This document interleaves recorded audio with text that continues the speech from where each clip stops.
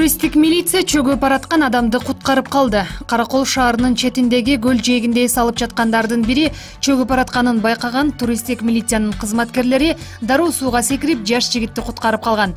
Суудан чыгаргандан кийин ага туристтик милиция биринчи медициналык жардам көрсөткөн.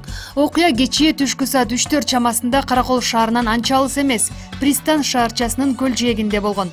Ысык көлгө быйыл жайкы эс алуу мезгилинде чет мамлекеттерден келген эс алуучулардын коопсуздугун камсыз кылууга туристтик милиция кызматкерлери тартылган.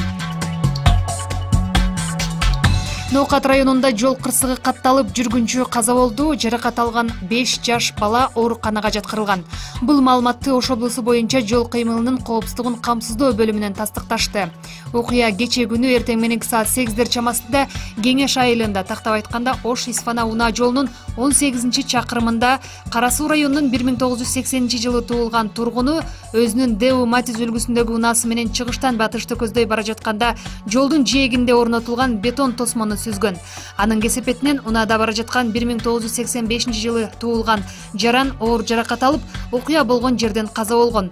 Ал эми 2015, 2011, 2015, 2018 жана 2004-жылы туулган 5 жаш бала Ноокат аймактык ооруканасына жеткирилди. Учурда аталган факты боюнча Ноокат райондук ички иштер бөлүмү тарабынан тиешелүү экспертизалар дайындалып, сотко чейинки өндүрүш иштери башталды.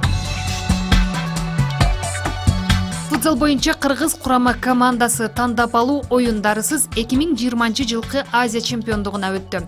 Футбол федерациясы билдиргендей, 25 июлда Куала-Лумпурда Азия чемпиондугуна тандап алуу оюндарынын чучугулагы өттү. Маалым болгондой, Кыргыз өлкөсү Б тайпасына түшкөн. Бул тайпага Иран жана Түркмөнстан бөлүндү. Тайпадан 2 команда финалдык баскычка өтө алат.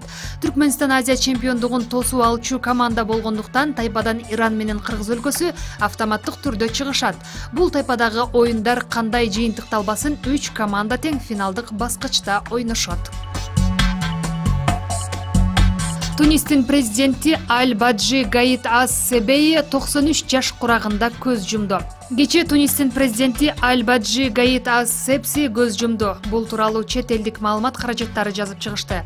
Буга чейин анын ооруканага жаткырылгандыгы айтылып, акыркы күндөрү такай дарыгердин көзөмөлүндө болгон. Ас-Себси Парижде билим алып, андан кийин адвокат болуп эмгектенген. Тунис мамлекети эгемендүүлүк алгандан кийин өкмөт башчынын кеңешчиси, ички иштер министри, коргоо министри жана бир канча өлкөлөрдө элчи болгон. 2014-жылы Ас-Себси президенттикке шайланып, Зимбабвенин президенти Роберт Мугабеден кийинки дүйнөдөгү эң улуу президент болгон.